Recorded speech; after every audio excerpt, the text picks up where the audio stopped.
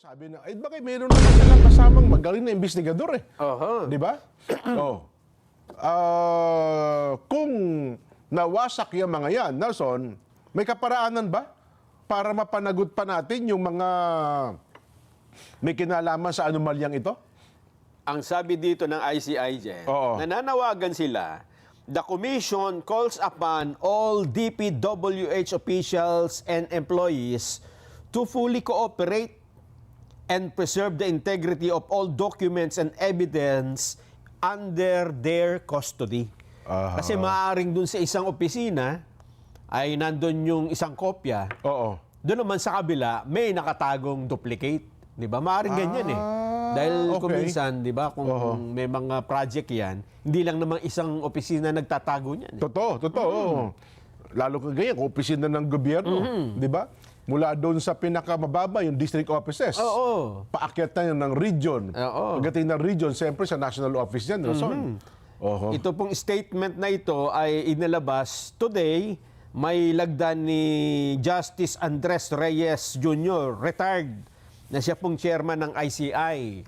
Mukha kasing natumbok na kung aling mga opisina ang meron talagang dokumentong magpapatunay na may anomalya rito sa mga project na ito. Nakakapangamba kung ganyan ang statement, Nelson.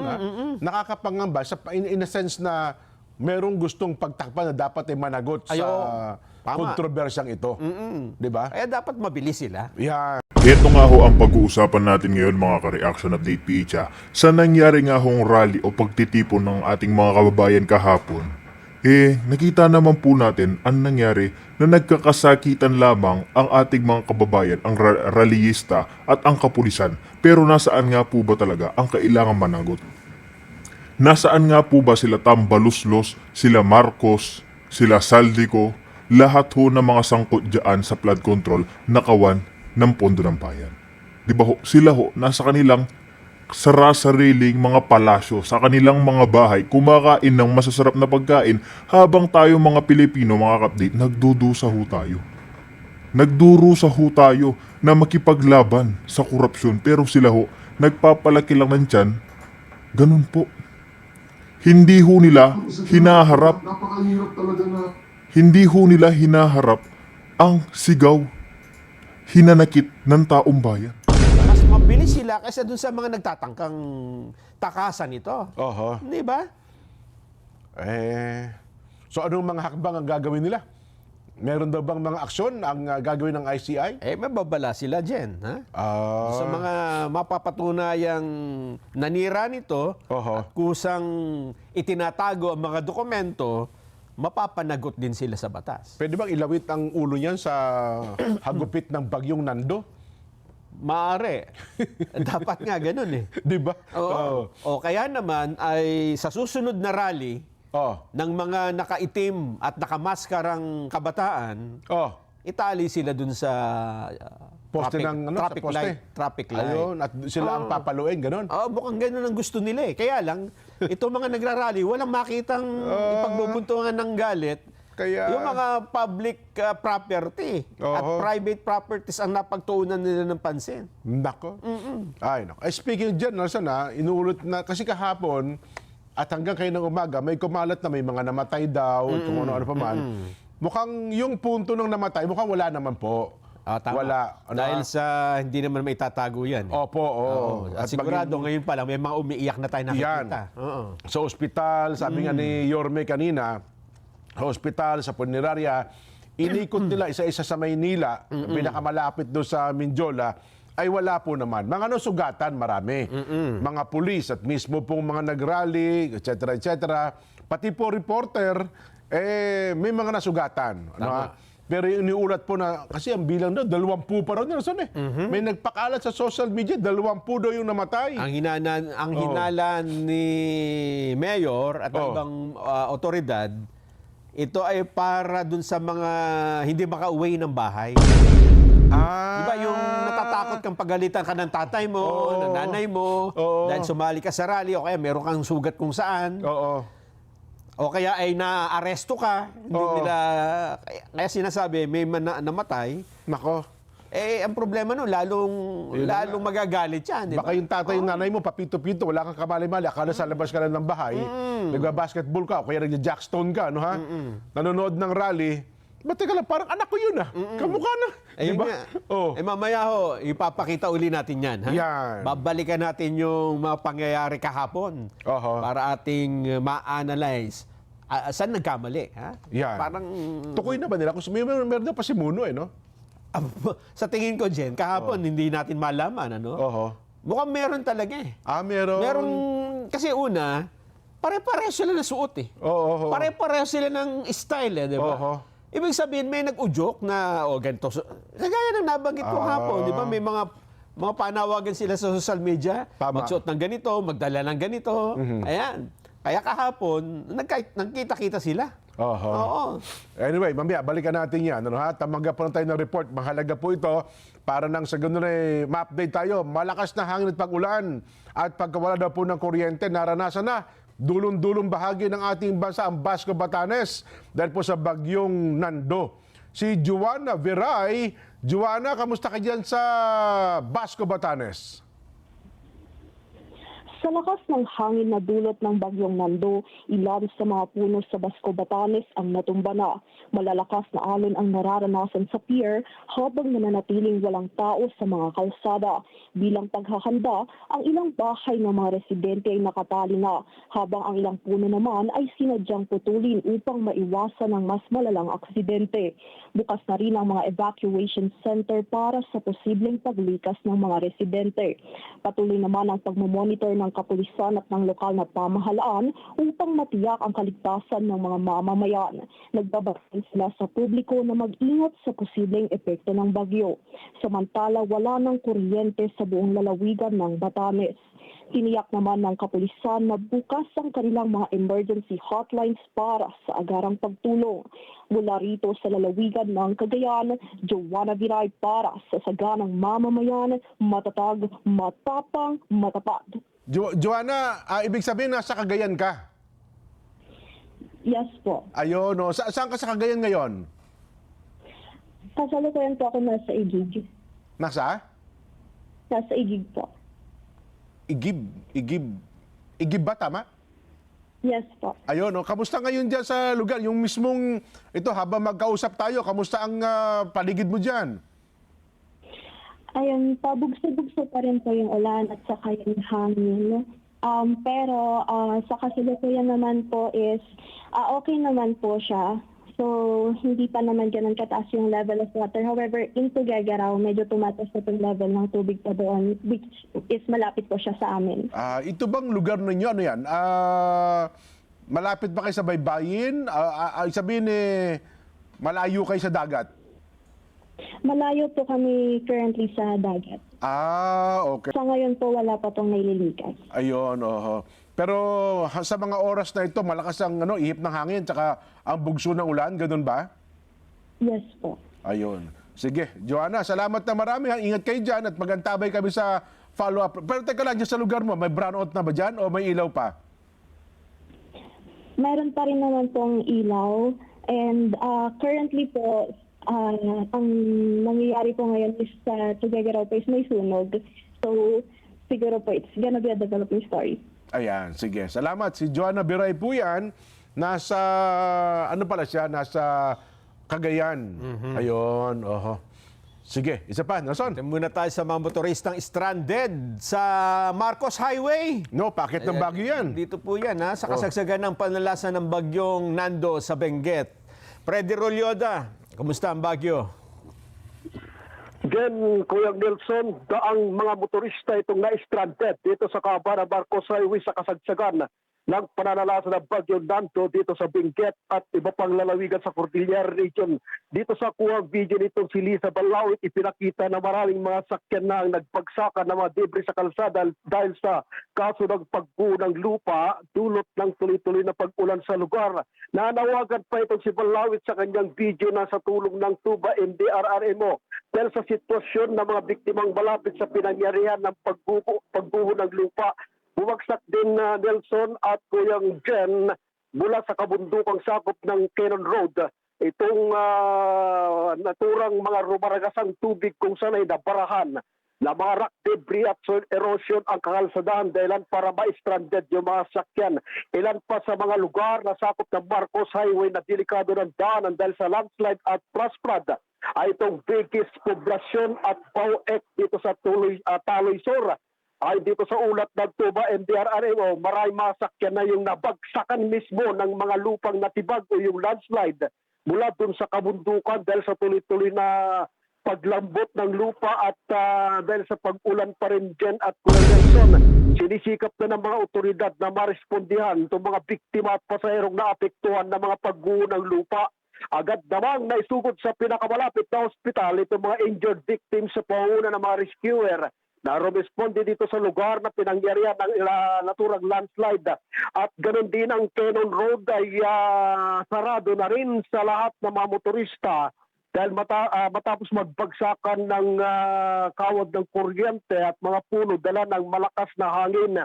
Dito sa Cannon Road naman, napasugod ng bagya itong si Mayor Benjamin Magalong para i-check yung stable slope protection ng naturang lugar at magsagawa ng inspection at ma-assess ang kondisyon ng mga kalsada at tiyaking intact at maging safe yung ating mga residente. Panawagan ng mga otoridad, Kuyang Ken at Kuyang Nelson, hanggat maaari iwasan yung pagbiyahe muna kung kinakailangan dahil sa kondisyon ng mga kalsada at panganib dulot ng pananalasan ng bagyong Nando.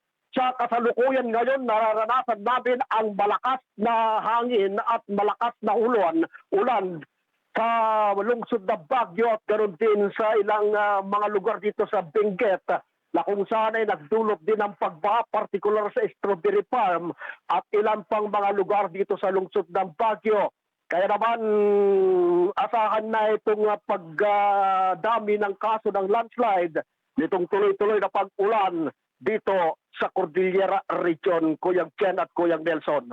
Freddy, itong pinakikita mong meron truck ng truck ng crudo ba 'yon? Saan lugar 'yon?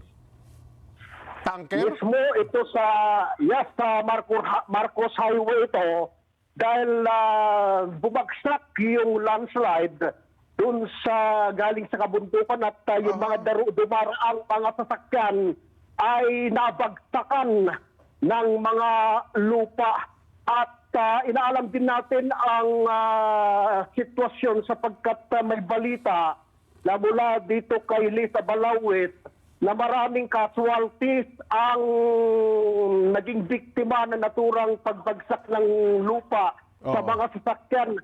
Ayon din sa Tuba MDRRMO ay narespondihan nila itong ilang mga biktima at naisugod na sa ospital. Bagamat tinitiyak pa natin at inaalam natin kung ilan tong casualty na kanilang Ayan nga mga ka-update, no? Bagyong Nando ho kasi, napakalakas, super typhoon. Kaya lahat ho tayo mga ka-update, mag-iingat ho lahat tayo. Iwasan na muna ho natin ang paglabas-labas tulad nga ng ating mga kababayan na alam nyo na ho, na dedo na. Kaya mga update lahat ho tayo, mag-iingat ho. Yun lang mga ka-update. nabanggit para sa ganun ay maabisuhan ng ating mga kababayan.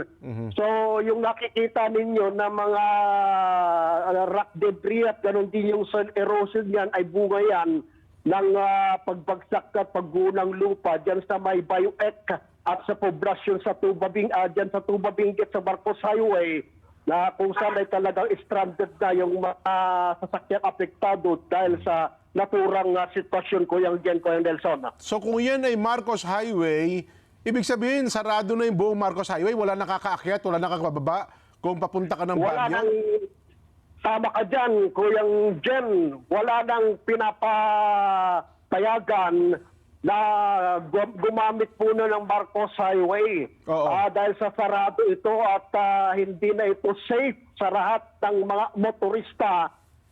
Gayun pa man ay pilit na sinasagawa na itong clearing na operation ng ating DPWH para sa ganon ay maibsan din kahit paano matanggal yung mga rock debris at mga soil erosion. Pero dahil nga doon sa tuloy-tuloy na pag-ulan, natatanggal yung mga ilan pero pagka bumuhos na naman ng ulan ay nagdudulot na naman ng panibagong soil erosion. Kaya delikado para sa ating mga motorista. Yung ilan ay talagang bumabalik na at sinisikap na dumaan na lang dito sa Nagilian Road. Pero sabi nga ng mga otoridad, hanggat maaari, kung hindi kinakailangan, huwag nang bumiyahe para hindi maging problema at magkaroon ng aberya sa kanilang mga buhay, Kuya Jen. Ito pang isa, medyo nakakatakot yung parang falls na malakas. Yung buhos ng tubig galing sa itaas. Saan lugar naman yon? Oo, dyan mismo sa may Cannon Road naman yan, ano, yung tinatawag na Bill Falls na kung saan ay dahil sa malakas na buhos ng ulan at malaking volume ng tubig ay dumaan mismo dyan sa naturang falls at bumabagsak sa kalsada. Ang mahirap dito, ang mahirap dito, yung tuloy-tuloy na pagbagsak ng malakas na bagsak ng tubig na yan, maaaring makasira niya sa kalsada at magkaroon ng landslide sa harinawa. Ay huwag mangyari yon. Kaya itong mga residente ng Cannon Road ay talaga namang pinagsasabi ng mga otoridad hanggat maaari ay huwag nang munang pumunta, dumaan sa lugar na yan dahil napakadelikado sitwasyon, Kuya Jenton Nelson. Sige, salamat Freddy. Magantabay kami kung talaga makonfirm nyo lang kung talaga may mga casualty doon sa nabagsakan ng landslide sa bahagi ng Marcos Highway. Yan po si Freddy Rolyoda, ang ating reporter dyan po sa bahagi ng Cordillera. So, nakakatakot yung video na yun. Magantabay po kayo kung talagang may nabagsakan. Kasi ang initial report na po ay may mga casualty. Ito pa po. Naramdaman din po sa bahagi ng Cagayan yung bagsik ng Super Typhoon Nando. Live po doon ang ating reporter na si Erlo Bringas. Nako, mukhang sinasalubong yung storm surge. Erlo, exact location ninyo? Kuya Jen, nandito pa rin tayo sa bayan ng Santa Ana, Cagayan at sa mga oras na ito ay humupa na rin ng kaunti yung sitwasyon at hindi na ganoon kalakas yung mismong ulan na dala ng bagyong Nando. Maging yung hangin ay mas humupa na rin ang sitwasyon sa gayon. Nasa dalawang barangay na dito, Kuya Jen, ang naitala ng LDRMC na nagkaroon ng storm surge o naging pagbaha dahil sa sitwasyon kanina. Sa ngayon ay nananatiling kalmado na. Halos humupa-hupa na yung sitwasyon dito pero may mga pabugso-bugso pa rin pag-ulan na nararanasan. Ayon sa Public Information Office ng Santa Ana, Cagayan, ay hindi naman sila nahirapan doon sa pagpapalikas ng mga residente mula doon sa mga nakatara sa low-lying barangays at yung posibleng bahain. At sa halip ay agad namang sumama mga ito sa mga rescue teams para makatugo sa mga evacuation centers. Sa dala ng PDRRMO ng Santa Ana, Cagayan, umabot na sa mahigit 800 pamilya ang kinailangang inikas mula sa 16 na barangay sa bayan ng Santa Ana. Wala namang napaulat na nasaktan hanggang sa mga oras na ito sa insidente. Sa tala ng PDRRMO ay wala naman silang inirescue pa mula kaninang umaga nang maramdaman itong super typhoon na Nando bandang alas 9 ng umaga kanina hanggang sa ngayon. Kung kaya tiwala silang walang magiging casualty o kaya nasugatan sa naging pananalasa nga nitong bagyong Nando dito sa bahagi ng Santa Ana, Cagayan. Yan muna ang latest mula rito sa Santa Ana, Cagayan. Balik sa inyo, Kuya Jen. Pero yung lugar mo, Erlo, mga anong oras nyo naramdaman yung pinakamalakas na epekto? Kasi ngayon 4:54 na 4:54 ng hapon. Anong oras nyo naramdaman yung pinakamalakas na hagupit ng Nando?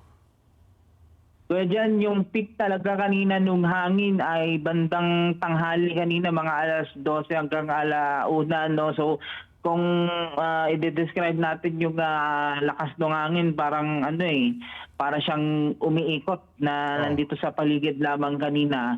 At may mga puno na puputol, may mga naglili parang kaninang yero at may ilang sanga.